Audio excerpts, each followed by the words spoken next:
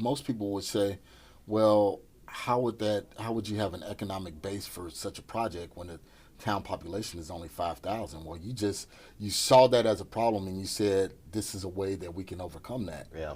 So, wow, that's amazing. Got me mind blown right now, Mark. Yeah. Seriously. I tell you, it was unbelievable. The joy,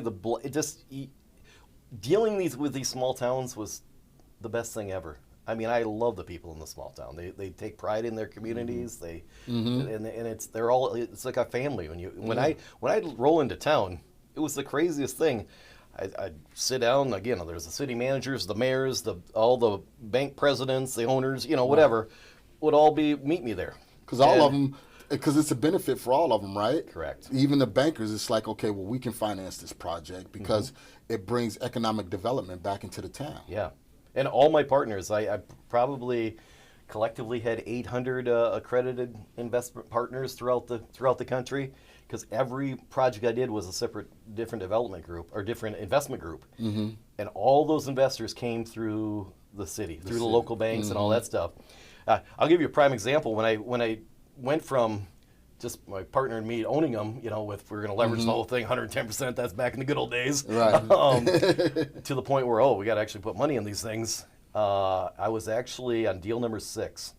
I was in a small town almost on the Missouri border, southern Iowa, Bloomfield, Iowa. And Davis County was the bank at the time. Now they've changed their name, but they approved the loan. I got the incentive, and I get a call from Darren, the banker, and I was about 25 minutes out. And after I'd driven like 6-7 hours to get there, he calls me. He's like, "Mark, I can't do the deal."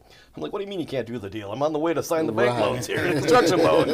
And he's like, "No, we can't do it. We're a smaller community bank here, and we just got 2 car dealerships back, and we can't do any more commercial lending." And that's welcome to the crisis, the financial crisis. And so I said, "Well, I'm almost to your place. I'm going to stop in and let's figure this out." So I rolled into town, we put our thinking caps on, and we're like, okay, how do we do this? Because the reality is nothing changed. Nothing changes in a small town. There's always either a need and a want there, and it's just during the good times, nobody even looks at them. So, so they're like, well, the lady who owned the bank, she was in her 80s, and he said, sometimes she likes to invest in things. And so we kind of figured out what would she like to own the property for? How much would she be willing to lend on? And so that's we kind of worked backwards, figured out what she'd be comfortable with. And Darren got on the phone. He started calling all the heavy hitters in the county and all the hometown heroes. And basically, he called the Amish. He called everybody, and they all became investors with us. Investors, right? Partners. And that whole model just took off everywhere.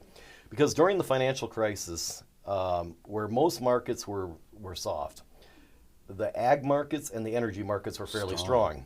So that's we followed the money. And so I did a lot of deals in the Bakken, in the oil, and down in the Permian in Texas, and then obviously in agricultural areas, Nebraska, Iowa, wherever there was money there, and we did deals.